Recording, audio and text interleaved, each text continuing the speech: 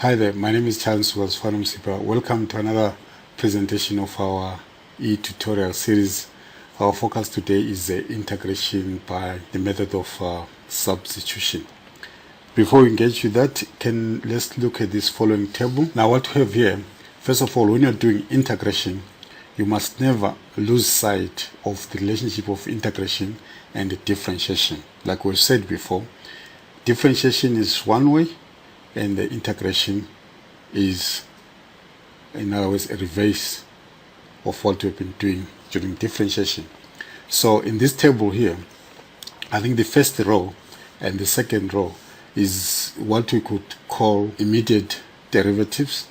In other words, derivatives which can integrate very easily, because whether you are given a function in terms of x or in terms of u, I think if we interpret the integral sign as a kind of question mark which says here is a derivative with respect, in this case, with respect to u, where does it originate from?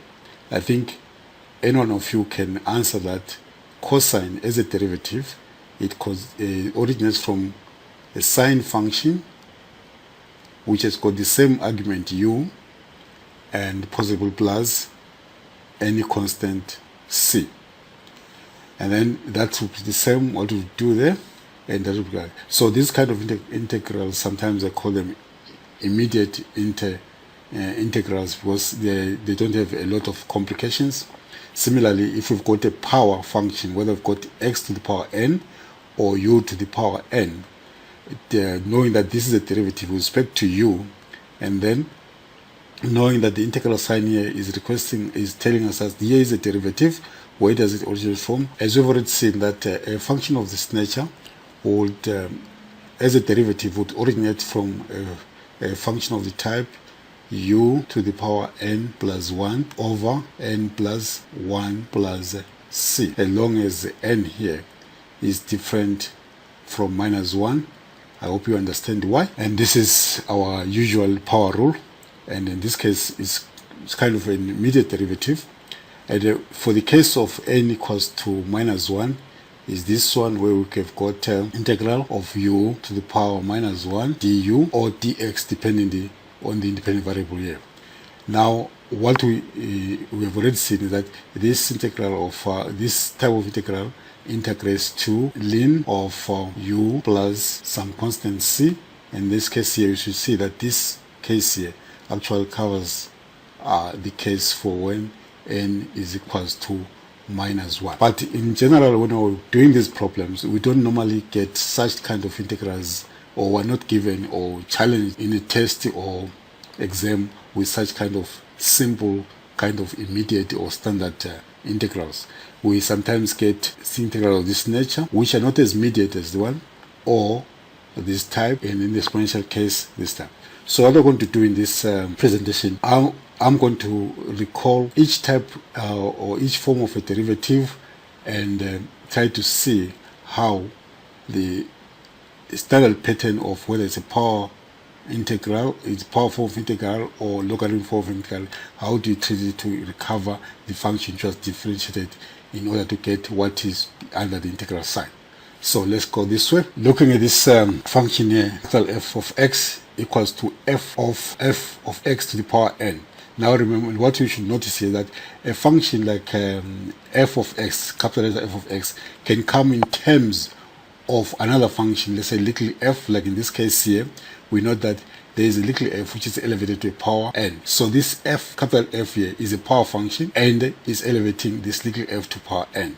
So differentiating, we know that this would come in this form. We would put n down, reduce this by 1, and multiply by the derivative argument, as we know that the derivative function is always the derivative of the leading function, in this case, which is a power function, multiplied by the derivative of the argument. So having that, and seeing the examples are given here, we should be able to either identify any of these integrals or some of them with this form, and then know how we're going to integrate. So now the idea will be actually other integral signs will be given derivatives of this nature. But what usually does not happen is that we're given a derivative as complete as it is but it might come with some kind of deficiency, but we need to use this method of substitution to reduce the integrals to some kind of standard form and then integrate. What do we mean there? Let's start with this example. We're going to look at this one. If we look at this one, I think it's not as obvious that is a power function, but we need to translate this radical sign to power function, then it looks like that. So then similarly here, when you look at this one, it doesn't immediately suggest that it's a power function, but with some kind of thought, we can see how this is a power function. So let's look at one example. Let's say we're given this integral with radical sign. So what we should now think of the standard power function, which was like this, du, which we know that is integrated as u to the power n plus 1 over n plus 1 plus c. So the process of integrating this one, first step I think here will be changing just to write the integral in a way that it suggests what it is. We write this as follows: to the power 1/2 dx. So now if we would want to reduce this integral to a kind of a standard form, what we would say now, this is the substitution we do now. We let our u be equals to x cubed plus 6. Now that this is x cubed here from there. Now, if we let this to be that, then which means we would now need the differential of u, which in this case we can say du dx, because we see that here u is a function of x. This would be equals to 3x squared plus 0, because it's a constant. Now the next thing will be we make du subject the formula, because we want to know that if we write the integral in this form, how will du look like. So in this case we'll say du would look like 3x squared dx. Now what we can see now is that this part we have in the integral here and that. So now we need to make it subject the formula here, which will take us to say du over 3 is equals to x squared dx. So what's going to happen is that in the place of that, we're going to put du over 3. And then in the place of this expression, we're going to put u to the power n. So in the next step, we're going to write this as integral of u to the power half du over 3. Now as du over 3 is replacing dx x squared, like we can see here. Now we can see now here that we've got more or less an integral of this form. Now moving on, 1/3 here is like a constant, and we know that we can take the constant outside the integral sign and write it as follows. Then you got here u to the power half du. So using this substitution we've done here, we've actually reduced this thing to a kind of a standard or immediate integral, which is a power. And we note that here half is not equals to minus 1, which justifies that we can move on this way. Then the integral here will be 1/3 multiplied the integral here, which is going to be u to the power 1 over 2 plus 1 over 2 plus 1 plus c. So now what you can do now is to simplify this summation here, the addition here, which says 1 over 2 plus 1 is same as 1 over 2 plus 2 over 2, which is equals to 3 over 2. So here we're dividing by 3 over 2, so we can invert and multiply, and there the power will be 3 over 2. So this will be equals to, now that we've finished integration here, we can actually now do what we call backward substitution by taking back the expression of x, which was taken to be equals to u.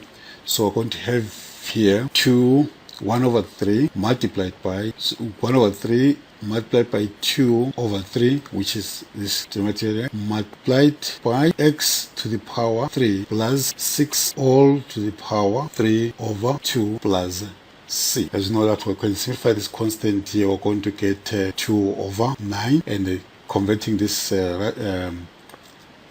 power to radical sign, we'll write this as square root of x to the power 3 plus 6 to the power 3 plus c. I hope you remember how to take this kind of power to radical sign in this way. So now up to this stage, we have finished integrating our function which was given here, and we've given it exactly in terms of x as it was given as a problem to us.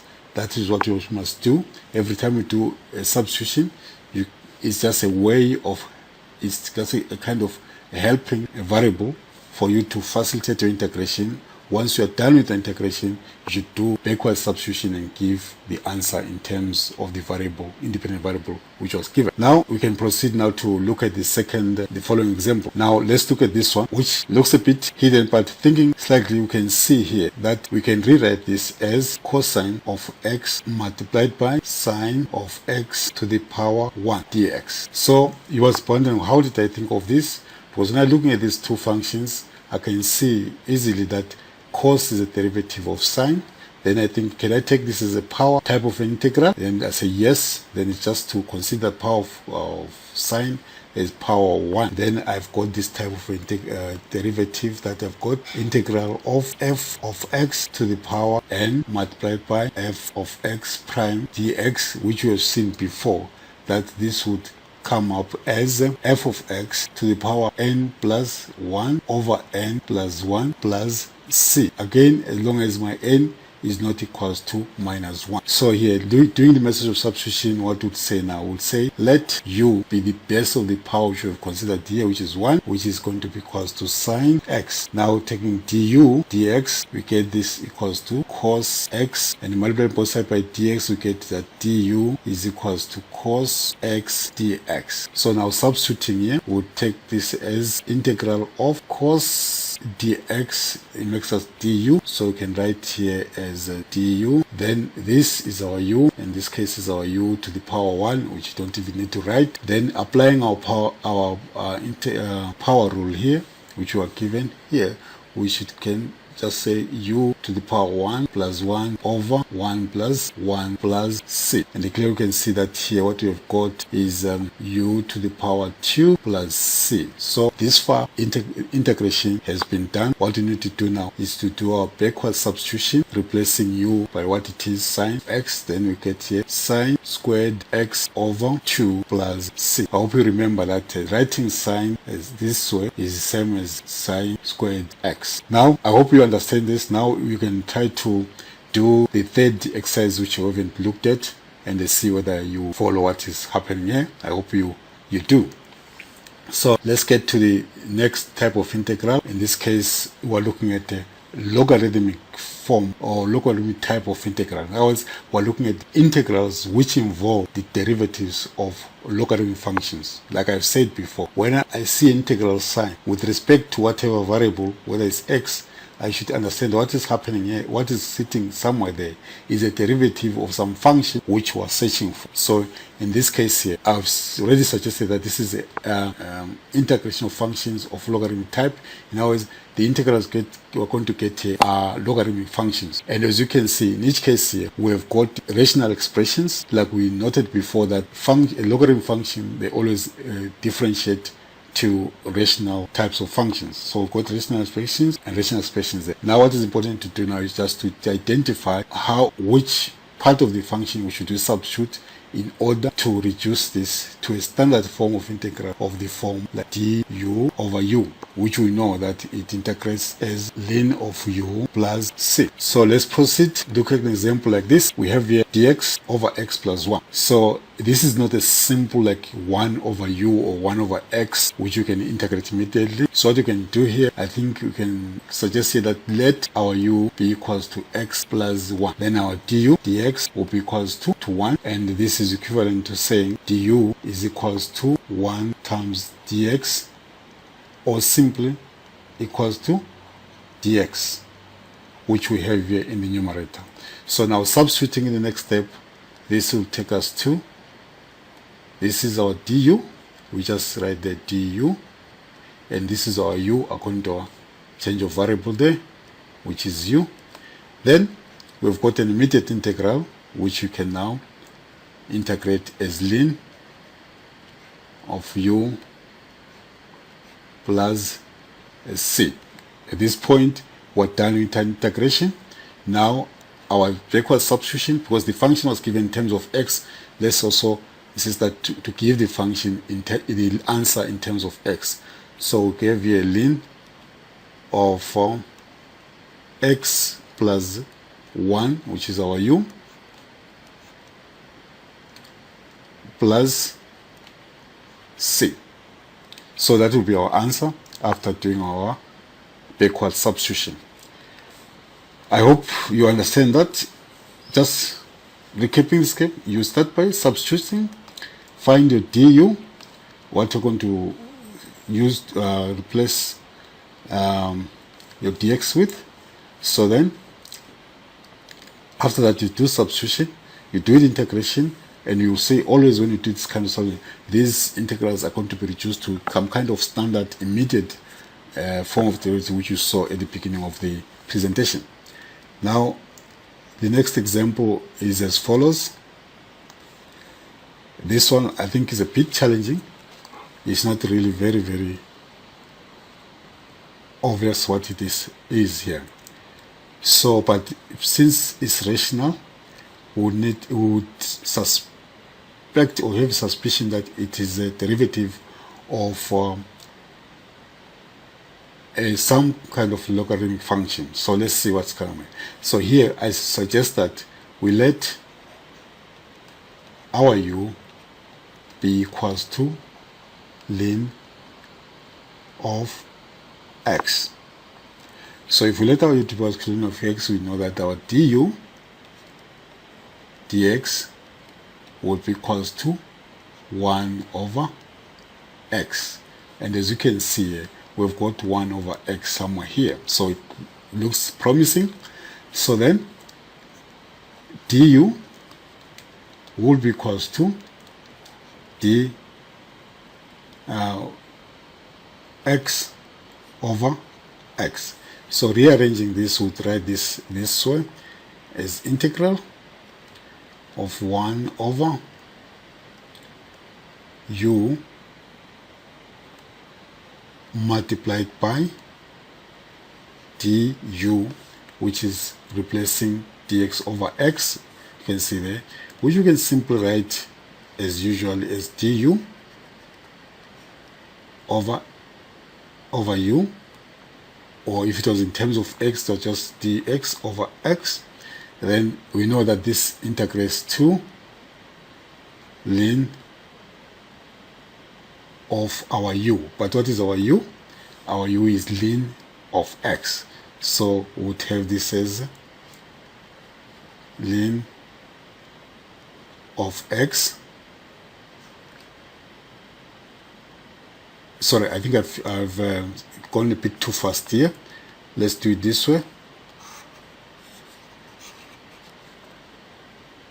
The first step will be to integrate this thing in terms of this expression in terms of u.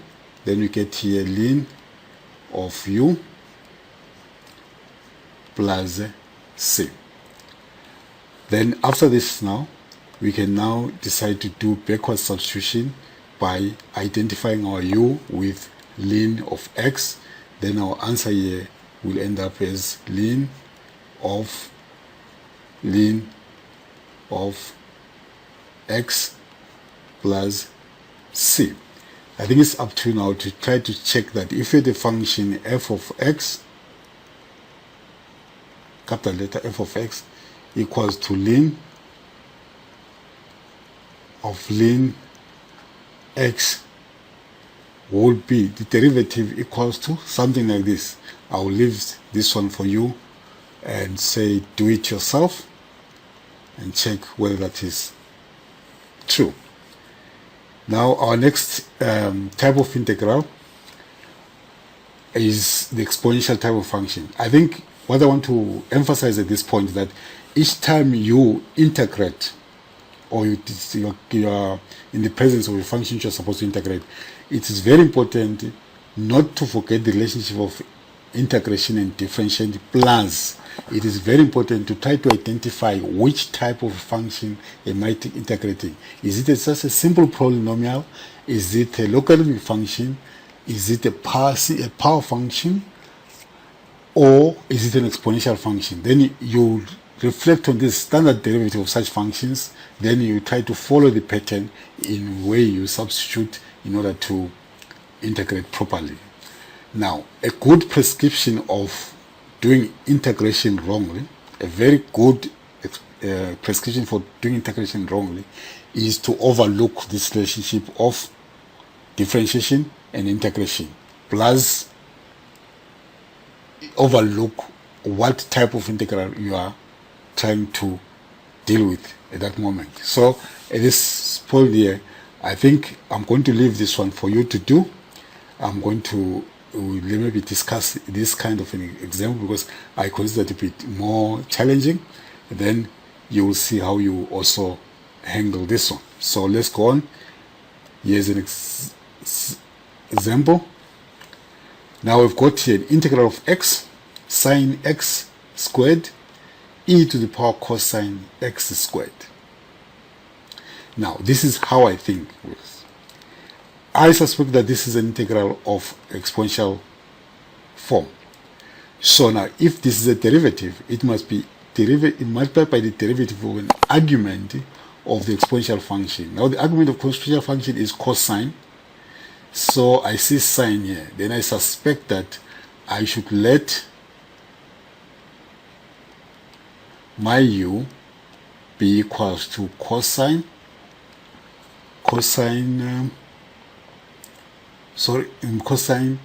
x squared. So in other words, this integral will kind of reduce to some kind of integral of e to the power u du. That's what I'm suspecting is going to go to. And I know how to integrate this. It will be simple immediate integral e to the power u plus c. So but let's see what's going to happen here. So we say du dx. We're differentiating this u with respect to x. We know what we're going to get here. We're going to get minus sine, retain the argument, which is that, multiplied by the derivative argument, which is going to be 2x. And reorganizing this, we get du equals to minus 2x sine x squared dx. So which means in integral here, if I collect this and that is part of our du here. So substituting now, what we're going to do now, but we've got something extra here. We don't have a 2 there. So what we're going to do now, we're going to say du over minus 2 is equals to x sine x squared dx. So what I'm trying to do here from this step to this one, you should see that I'm trying to leave what is given under integral sign alone so that I can see with what expression am I going to substitute that. So now I'm going to substitute what is given under integral is that. So if I make it subject to the formula here, it means that I'm going to substitute that with something like this. And then my e is going to be my e of u. So substituting here, we're going to have integral of e of u du over minus 2. Now we can reorganize this. 1 over minus 2 is a constant. You can take that outside integral sign as minus 1 over 2, and then here we've got an integral of e to the power u du. This is the type of kind of what I could call the immediate types of integral which we had in the first slide.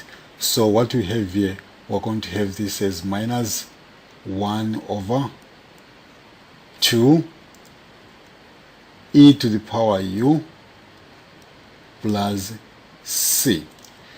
So our u, which is just a simple helping variable to facilitate the integration with that, we've finished integration with that as u. So finally, we need to do backward substitution and then get this as minus e to the power cosine x squared all over 2 plus and c. That will be our answer for integral given there. I hope each one of you follows the steps very clearly, and then you can try to attempt the other problems which I left for you, and then let's move on to the other next type of integral. I hope also that you note that in this particular case here, we're looking at exponential form of integral but involving the natural base e. So now our next nextly our attention is going to be focused on the general form of exponential function, which is not necessarily the natural base e. So let's see this. Now we're here integrating functions of general exponential form. So we're talking about function of this nature. We should have already noted or seen that a function like this will differentiate to the same type of function multiplied by the derivative argument multiplied by the ln of the base. Then that takes us to these types of integral. If you see, look at these three integrals I've given you here. There's not a single one of them which is given fully as a complete derivative like this. Like we don't see ln here of the base. In this case here, the base is 5, the base here is 6, the base here is 3. So which means that our method of substitution must help us in such a way that we're able to reduce this integral to its kind of a standard form and be able to integrate. So let's turn to a worked example. Let's say we're given the following integral. Now, I think as an exponential function here, we see that it's 6 to the power sine of that. So I think it's clear that we must let our u to be the argument of the exponential function. So let's say let u be equals to sine x squared. Now, if we now differentiate this, we're going to get du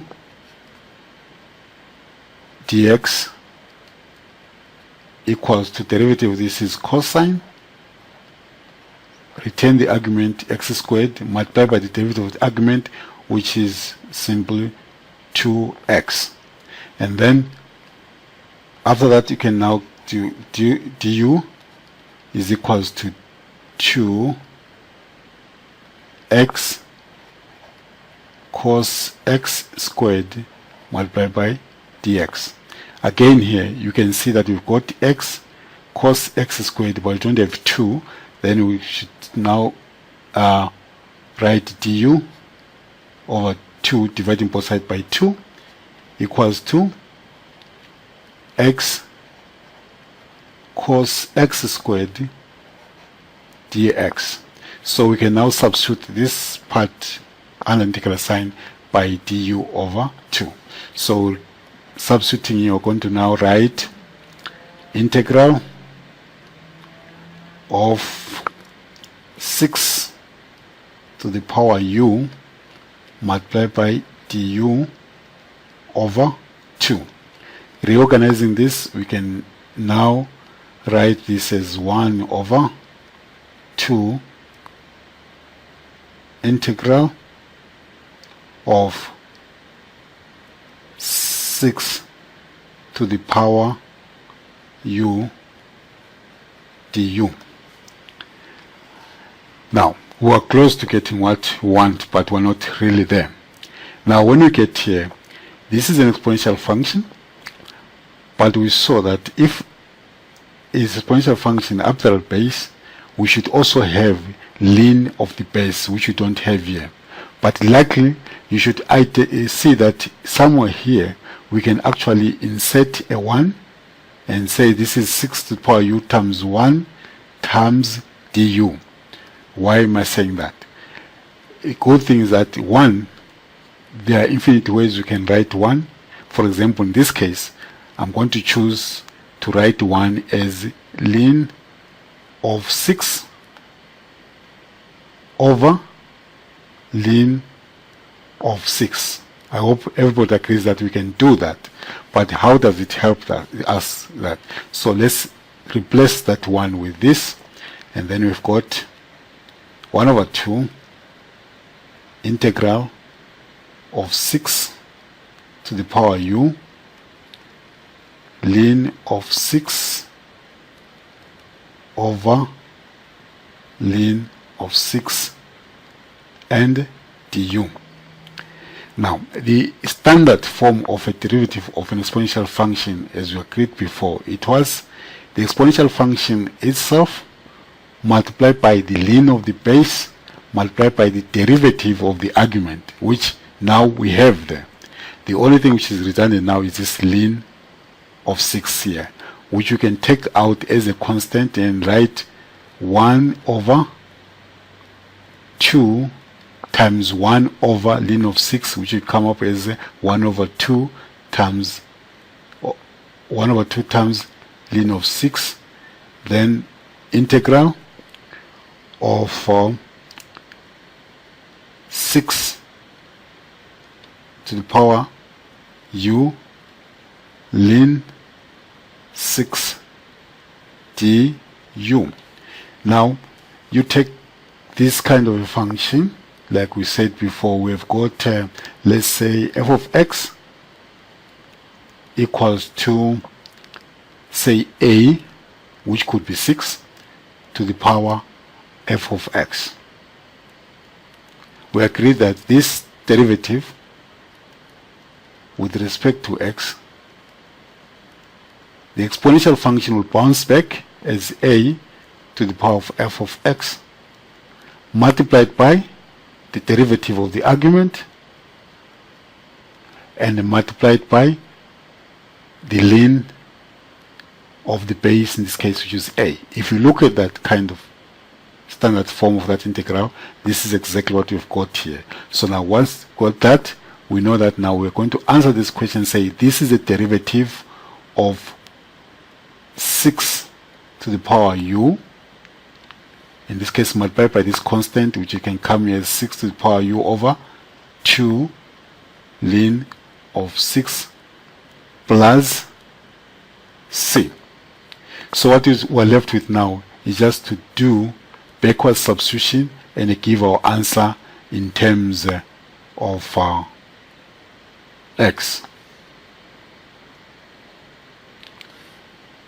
So we can now finally give our answer as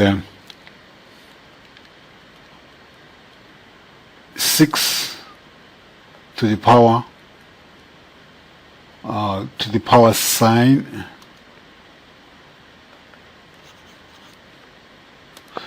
so we can now give our answer as 6 to the power sine of x squared over 2 ln of 6 plus c.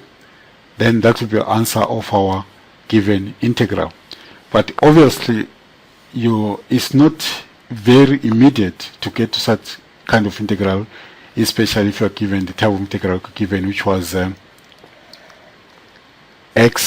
integral of x cos x squared 6 to the power sine dx. So I hope that the steps which are done here help you to get to the answer accurately, especially this. I don't know whether you want to call this a trick or what, but I think it's something which you must which you are going to use more than once here and there, because what we noted here, when you've got this integral as it is here, the only thing we're running short of is the constant ln of 6. So this can be done always when our derivative is in kind of a deficit, and that deficit consists of a constant like ln of 6, but we couldn't have just inserted ln of 6 here because we'd offset the equality between this and that. So what did we do? We inserted a 1, a special 1, which we choose in terms of what we want to do. Then we choose that one as ln of 6 over 6. Then now, reorganizing this, we can see that we can now reduce what we had here to a standard derivative which we have there. Then finally be able to integrate that as given here and do our backward substitution and give the answer in terms of x. I hope that is clear, and I wish you could, like in similar exercises which involve this kind of I don't know what you want to call it, a trick or whatever, but I think it's standard. The fact is that multiplying any expression by 1 does not change the value of that expression. So that's what it's doing. But in this case, it's helping us to move forward with our integration. Good luck with that. Now moving on with the example, let's look at the following integral of an exponential form. In this case, I suggest that we let u be equals to the argument of the exponential function, in this case, which is lim of x. Then our du dx will be equals to 1 over x. Now making subject of du subject of formula, we get this du equals to dx over x. Now we can now substitute this part of the integral by du. So we write here integral of 3 to the power u du. Now when we look at this integral, we can see that it's an integral of an exponential form, but we are in divisions of lim of 3. It's not exactly as we know the derivative of exponential function, because it's multiplied by lim of the base and derivative of the argument. So what we then introduce here, we then introduce lim over lim 3, which is equals to 1. Then in the next step, we'll write this as integral of 3 to power u multiplied by 1 in terms of lim 3 over lim 3 du. Then at this stage now, what we can see that this lim 3 denominator is redundant. Then you can filter it outside the integral sign because a constant is 1 over lim 3 integral of 3 to the power u lim 3 du. So now we've got a standard form of derivative of a Fourier function, which is the exponential function itself multiplied by the lim of base multiplied by the derivative of the argument. So this we can now integrate as 1 over lim of 3 to the power u plus c. So what we're left with now is to do our backward substitution, which will take us to 3 to the power lim of x divided by lim 3 plus c. That will be the end of our integration in that case. So up to this stage, I think now you can be able to handle similar problems and practice this type of integral. Now we'll turn to the next examples, which are going to be trigonometric functions. Let's look at maybe our last type of integral derivatives we're going to discuss today, which in this case is a trigonometric form of integrals. So I would like to discuss sine of f of x, which differentiate as cosine of f of x multiplied by f of x prime. So whatever we're going to discuss here, you must be able to take it to functions like tan of x, cosec of x, sec of x, and so on. This actually the idea will be exactly the same. So in this presentation, I'm going to look at sine of f of x, and also going to look at cosine of f of x in our next example. So now, I think you can see you've got the sine of this kind of function, and if you look closely at this function and that expression there, I think you can see that somehow they are related. The derivative of this will be to the power 4. We've got the power 4 there, which means we must find a way of manipulating that to integrate it like a derivative of this form. Similarly there and there. But I'm going to look at one example. Let's see the example. Let's look at this example. So what we're going to do, like before, since we've considered that our leading function is a trigonometric function, let's let our u be the argument of that trigonometric function, in this case, which is the square root of x plus 6. Now differentiating that with respect to x, remember this is a power half. What did you say? We would say half x to the power half minus 1, and 1 is 2 over 2, so it's 1 minus 2 over 2, which is going to come as 1 over 2 x to the power minus 1 over 2.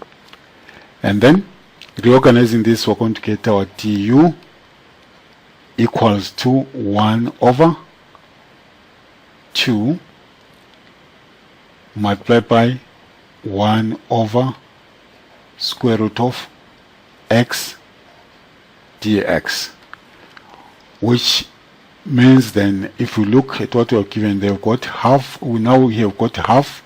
We've got dx over the square root of x, and we don't have half and the integral sign, which means now we need to leave this alone by multiplying both sides by 2. Then we've got 2 du equals to dx over square root of x. Then substituting here, we're going to have integral of sine u multiplied by 2 du. I'll put this in brackets just to avoid confusing the argument of this function. But reorganizing this, we can take 2 outside the brackets, and then we've got sine of u du. Now again here, we know that sine as a derivative, it always comes with a minus 1 multiplied by minus 1, and we're short of minus 1 here. What we can do now, we can take a 1 which is equal to minus 1 over minus 1. Inserting that here, we can have 2 integral of minus 1, which will result in minus sine u du over minus 1. So filtering this minus 1 outside, we're going to get here minus 2 integral of minus sine u du. I think you see that this kind of trick will always appear more than once in your problem integrations. You can take advantage of it. Now what we've got here, we've got minus sine, and we know that minus sine is a derivative of cos, and we return the argument u. So what we're going to have here, we're going to have minus 2 multiplied by cos, which is the function which was differentiated to get minus sine, and u cos of u plus c. So what we are left with now is just to do backward substitution to get the answer given in terms of the variable, which is x. So then we're going to have this as minus 2 cos square root of x plus 6 plus c. That will be our integral. So now the next example we're going to look at is an example which involves a cosine function, and because related to this, it's going to be easy to follow it. I'm going to leave this one for you to solve, but I'm going to move on to this kind of integral. We know that cosine, the derivative is minus sine, like we said before, and that. So now we can pick any of these examples and do method of substitution just to give an example there. Now let's look at this example. We note here that cos is the leading function, and this happens the sine of x squared. So we say let u be equals to sine x squared. Now our du dx will be equals to cos x squared multiplied by derivative argument, which is 2x, and now rearranging this we get du equals to 2x cosine x squared multiplied by dx. We note that x cos x squared dx, we have here the integral sign, so these 2 here, we need to divide both sides by 2. Then we've got du over 2 equals to x cosine x squared dx. In this case, we're going to substitute this by du over 2. So rewriting this integral now in terms of u, we would say integral of cos u multiplied by du over 2. And we know that 2 here, or half, is a constant. Then you can filter it outside the integral sign, as then we rewrite this as half multiplied by the